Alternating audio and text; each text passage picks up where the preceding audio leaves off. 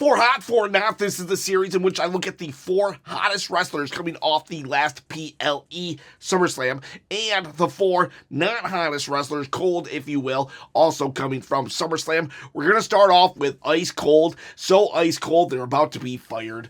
Oh man, Karrion Kross, the curious case of Karrion Kross. I cannot believe we are here. I cannot believe we are at the final weekend before his contract is up. And man, it sucks because, like, for years, they tried to get this guy over and it wasn't working. And then finally, organically, it happens. And now they're just not going to renew him. I hope it's a work. I hope it's a ruse, because Triple H does like to do that lately, but, like, I'm beginning to doubt it. He just lost his SummerSlam match to Sami Zayn, and it's like, oh, man. Karrion Kross is a wrestler that can lose as long as he gets his own type of moral victory. All he wanted was for Sami to cheat. If Sami would have cheated, then Karrion would have been happy with taking a defeat. But because Sami won fair and square, and, well, I mean, Karrion lost, I don't think it's happening. I think Karrion is so cold,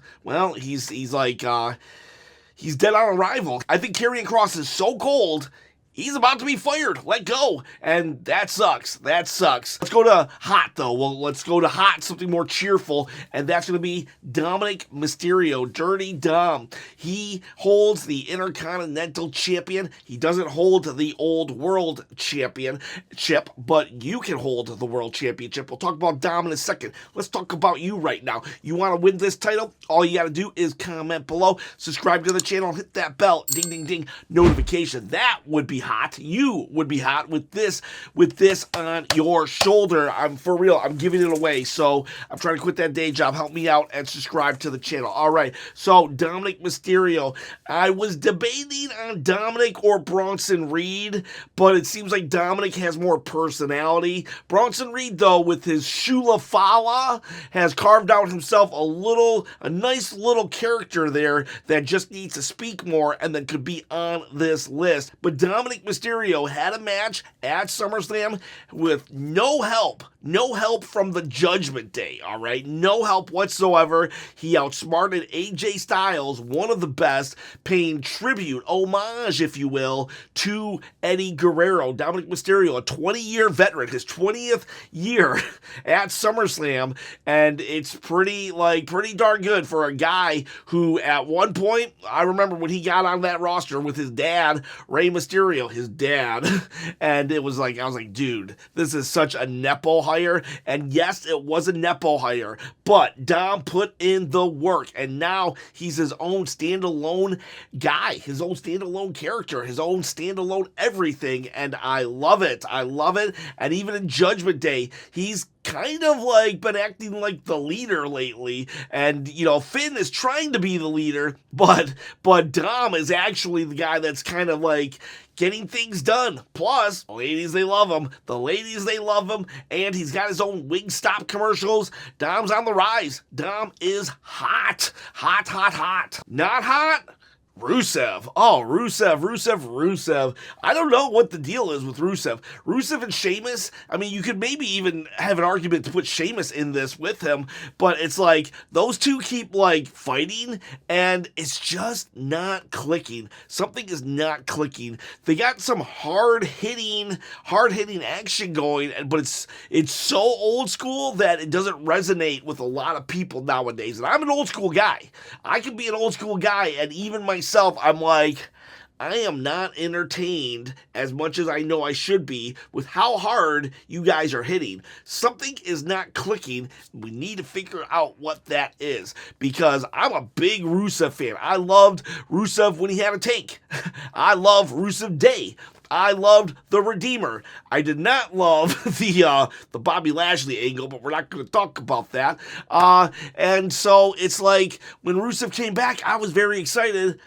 Not so much anymore. Rusev is cold. He is cold. Next week, he fights Sami Zayn. He needs to do something big. He needs to do something really big to Sami in order for me to put him back on the hot list and enjoy. What if, though? Here's a crazy thought. What if What if Karrion Kross does resign and he gets Rusev to be his wrath of God, his hand of God? That would be cool. Ooh, please, please, please. Triple H, if you're watching, I know you're not because I don't exist, but if you're watching, resign Kross and put those two together. That'd be cool. Okay, so right now, unless that happens, Rusev, cold. Hot, though? Hot? LA Knight? Yeah, LA Knight. Now, this is a surprising one because LA Knight, he was left off the SummerSlam card, so for all accounts, that shows that he's kind of cold, right? It should be that he's cold. However, there's a caveat to this. Seth Rollins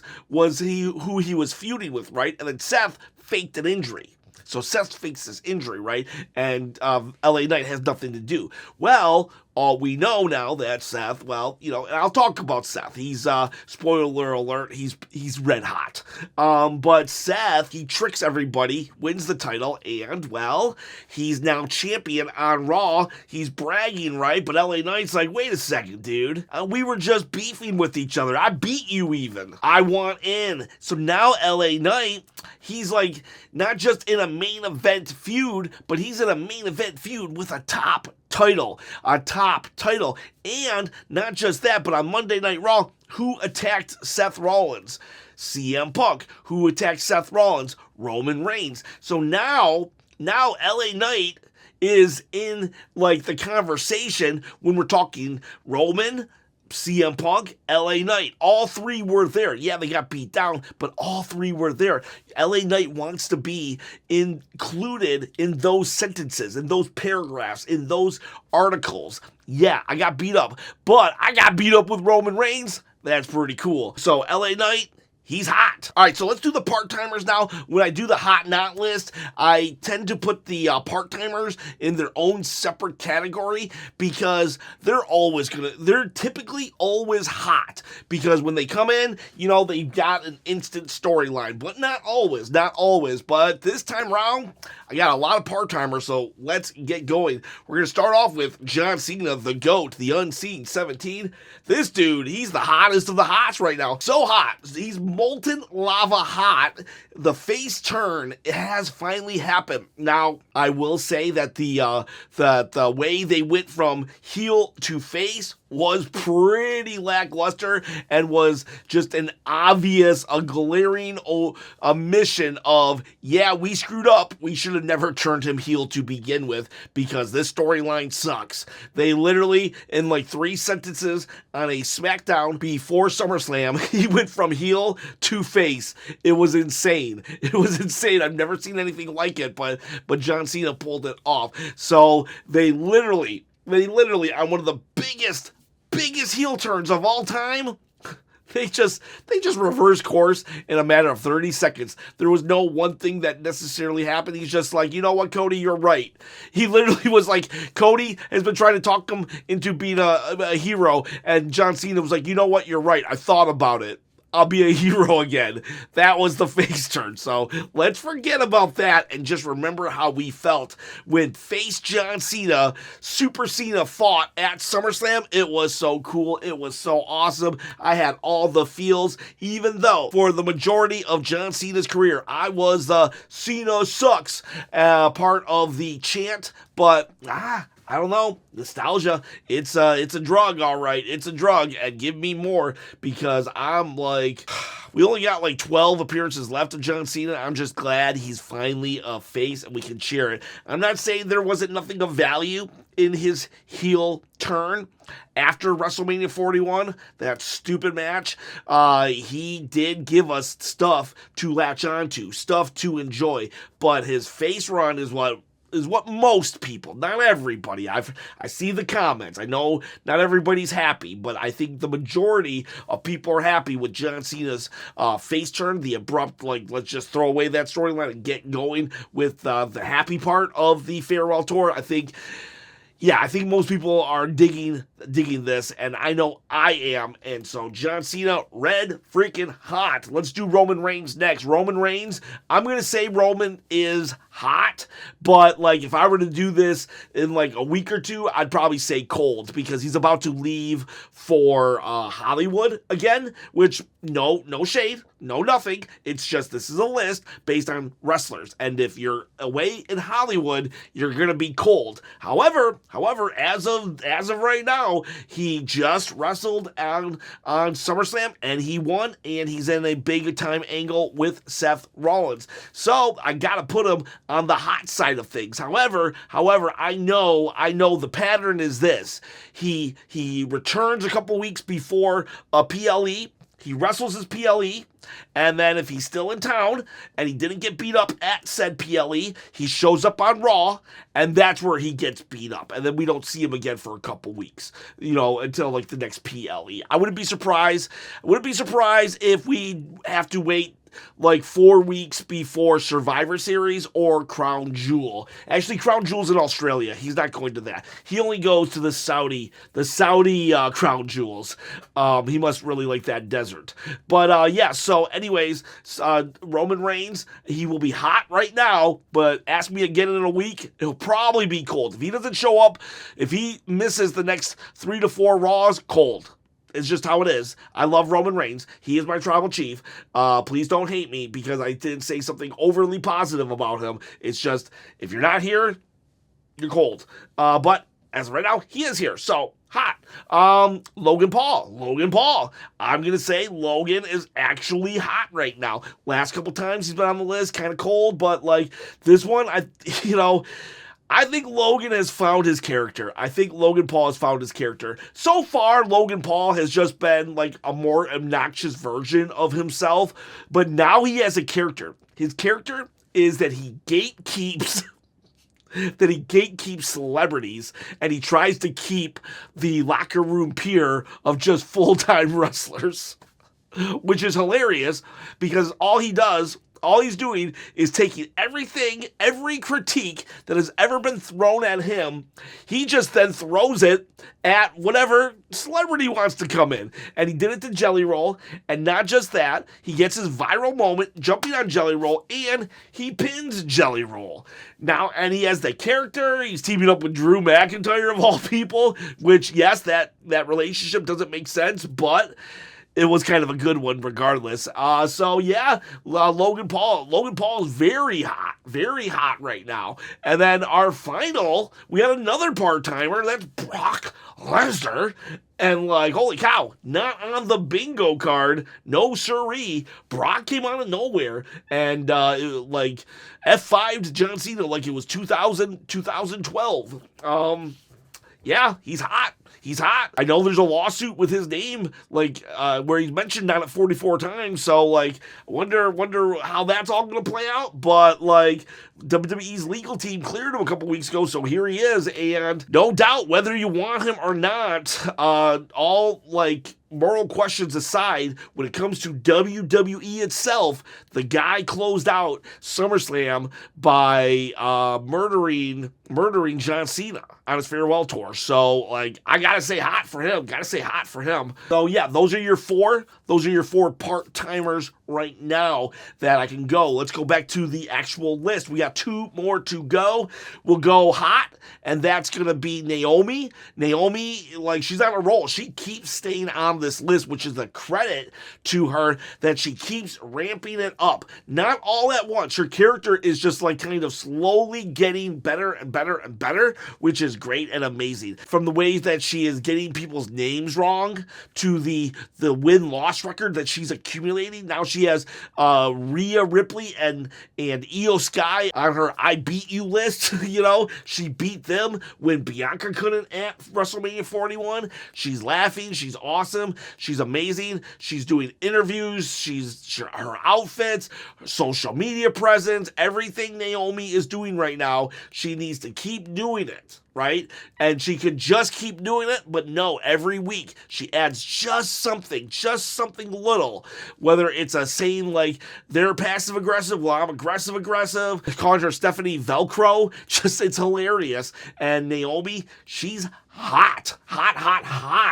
Let's go then to the cold side of things, and that's going to be, I can't remember if I put him on last time, but I'll put him on this time, and this is probably his last opportunity to be on the cold list, because I just think that he's going to settle into as a jobber, and typically I don't put jobbers on the cold list. That's their job is to just be cold. So for one final time, unless he can figure out a way to heat up, JC Matteo, hate that name. Oh my God. This dude, like him coming in, gave Solo Sikoa the confidence to be Solo Sikoa. And yet, JC Matteo, hate that name. He's like a jobber. He's a jobber, and it's no shade to be Solo's right-hand man. That's who Jacob was. But this dude, he was a threat in Lucha Underground. He was a threat in New Japan. But like here, he's like, he gets less offense or less, like, it's more believable for Tungaloa. Don't get me wrong, I love Tungaloa,